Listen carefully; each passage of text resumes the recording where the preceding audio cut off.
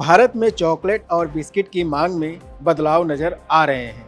Cadbury chocolate और Oreo biscuit बनाने वाली कंपनी मोंडेलेज इंटरनेशनल ने हाल ही में संकेत दिया है कि उपभोक्ता मांग में मंदी आ रही है। खासकर बिस्किट कैटेगरी पर इसका सबसे ज़्यादा असर पड़ने की संभावना है। पिछले कुछ समय में उपभोक्ता चॉकलेट और नमकीन स्नैक्स की ओर तेजी से रुख कर रहे हैं।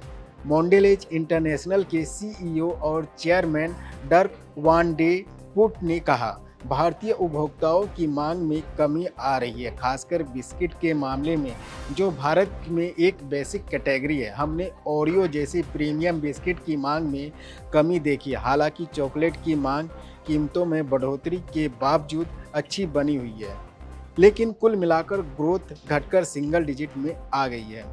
कंपनी ने 2011 में ओरियो से पर्दा उठाया था। इसी प्रीमियम बिस्किट कैटेगरी में शामिल किया गया था।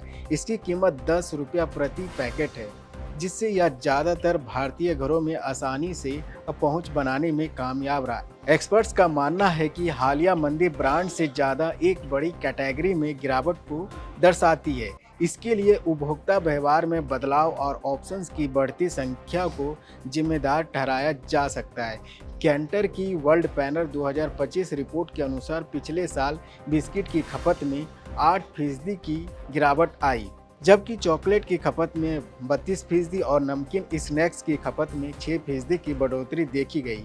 कैंटर के वर्ल्ड पैनल साउथ एशिया के मैनेजिंग डायरेक्टर रामकृष्णन ने कहा कि बिस्किट की मांग में स्थिरता आ रही है, क्योंकि वे अभी पारंपरिक घरेलू उपभोक्ता तक ही सीमित है, जबकि चॉकलेट जैसी कैटेगरीज ने गिफ्ट और प्रीमियम पैक जैसे सेगमेंट में भी अपनी पकड़ मजबूत कर ली है।